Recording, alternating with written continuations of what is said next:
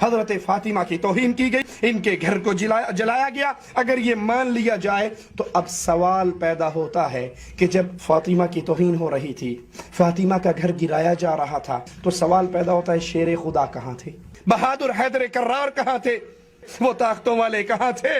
علی نے اپنی بیوی فاطمہ کا حق کیوں نہیں دلوایا؟ میری ماں پر کوئی بولے میں نہیں ٹھہرتا, تیری ماں پر کوئی بولے تو نہیں ٹھہرتا, کسی اور کی ماں کو کچھ کہے وہ غیرت اور جلال میں آ جاتا ہے.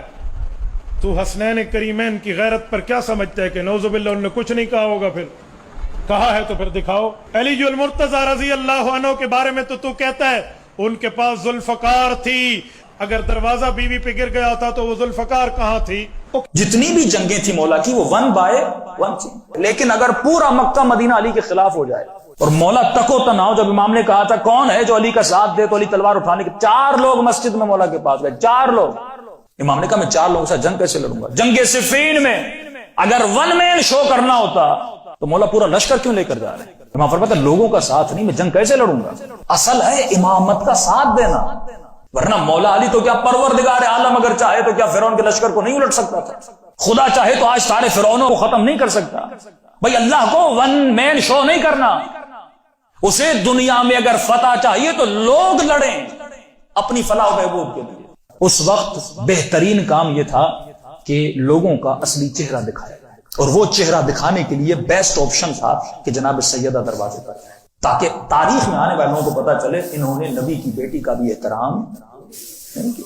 اگرچہ اہل حدیث اور غلام عثمان ظہیر اس روایتوں کو صحیح سمجھتے ہیں اور الٹا وہ تعویل کرتے ہیں کہ اس میں تو حضرت فاطمہ کی بڑی شان بیان ہو رہی ہے کہ بھئی خلافت کے لیے مشورے حضرت فاطمہ کے گھر ہوتے تھے, تو جا کے حضرت عمر نے دھمکی لگائی. وہ شان کو لے کے بیٹھے ہوئے ہیں, ان کو یہ نہیں پتا کہ حضرت فاطمہ کو کس کیپیسٹی میں حضرت عمر دھمکی لگا سکتے تھے. ان کے باپ تھے, وہ تایا تھے, کیا تھے, اسی کیپیسٹی میں بھی نہیں تھی بنتی. پھر ہم تو ڈنگے کی چوٹ پہ کہیں گے کہ جو بندہ اس روایت کو صحیح مانتا ہے اس کو ماننا پڑے گا کہ حضرت عمر نے حضرت فاطمہ کی توہین کی ہے اور اس کی وجہ سے رسول اللہ کا دل دکھا ہے. دیکھیں اختلاف رائے اپنی جگہ ہے, ان کو پتہ نہیں کتنے خطرناک کھیل کھیل رہے ہیں. میں نے یہ کاغذ قلم کے بارے میں صاف کہہ دیا نا کہ حضرت عمر علی نے جو کچھ کیا غلط. ابن حزم جیسے کہتے ہیں کہ انہوں نے بہت بڑی خطا کی ہے, انہیں کیا حق تھا, حضور لکھوانا چاہتے لکھوانے دیتے.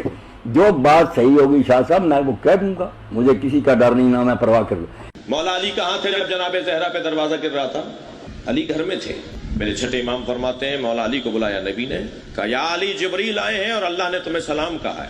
فرمایا علی تمہیں اللہ نے پیغام یہ بھیجا ہے کہ تمہاری زوجہ پر تمہارے سامنے ہاتھ اٹھایا جائے گا, تمہیں تلوار نہیں اٹھانی.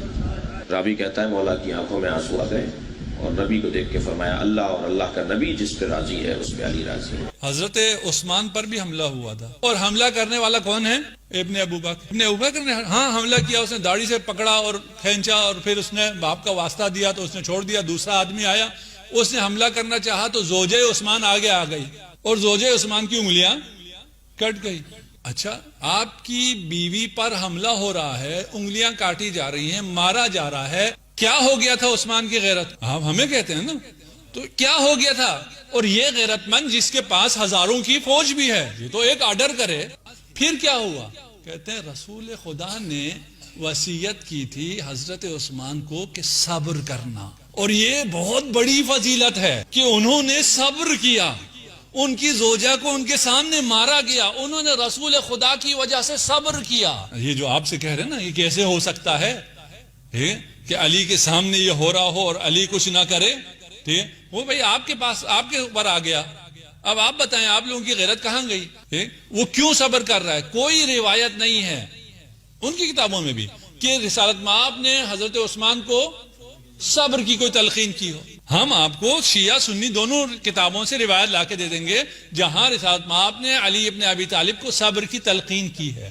اگر سیدہ کائنات پر اتنا بڑا حملہ ہو رہا ہو تو کیا غیرت علی مرتضی گوارا کرتی ہے بیٹھ کے گھر میں تماشا دیکھتے رہیں؟ اس پورے واقعہ میں مولا علی شیر خدا کہاں گئے؟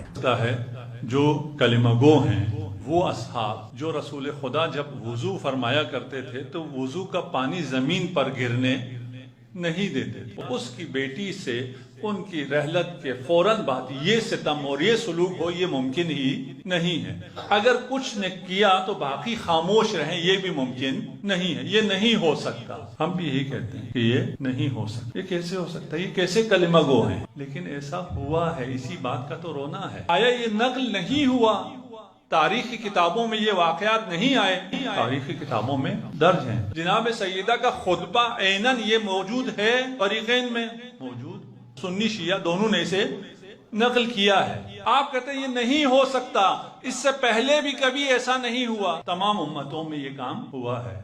بنی اسرائیل کو ویژول معجزات ملے تھے، ان ویژول تمام معجزات کو دیکھنے کے بعد جب حضرت موسیٰ 30 دن کے لیے گئے، 30 دن بعد واپس نہیں آئے، 31واں دن 32واں دن یہ سب کے سب مشرک ہو گئے، گوسالہ پرست ہو گئے۔ حضرت موسیٰ کے سارے اصحاب یہ سارے معجزات دیکھنے کے بعد کیسے ہو سکتا ہے؟ نہیں ہو سکتا، لیکن ہوا۔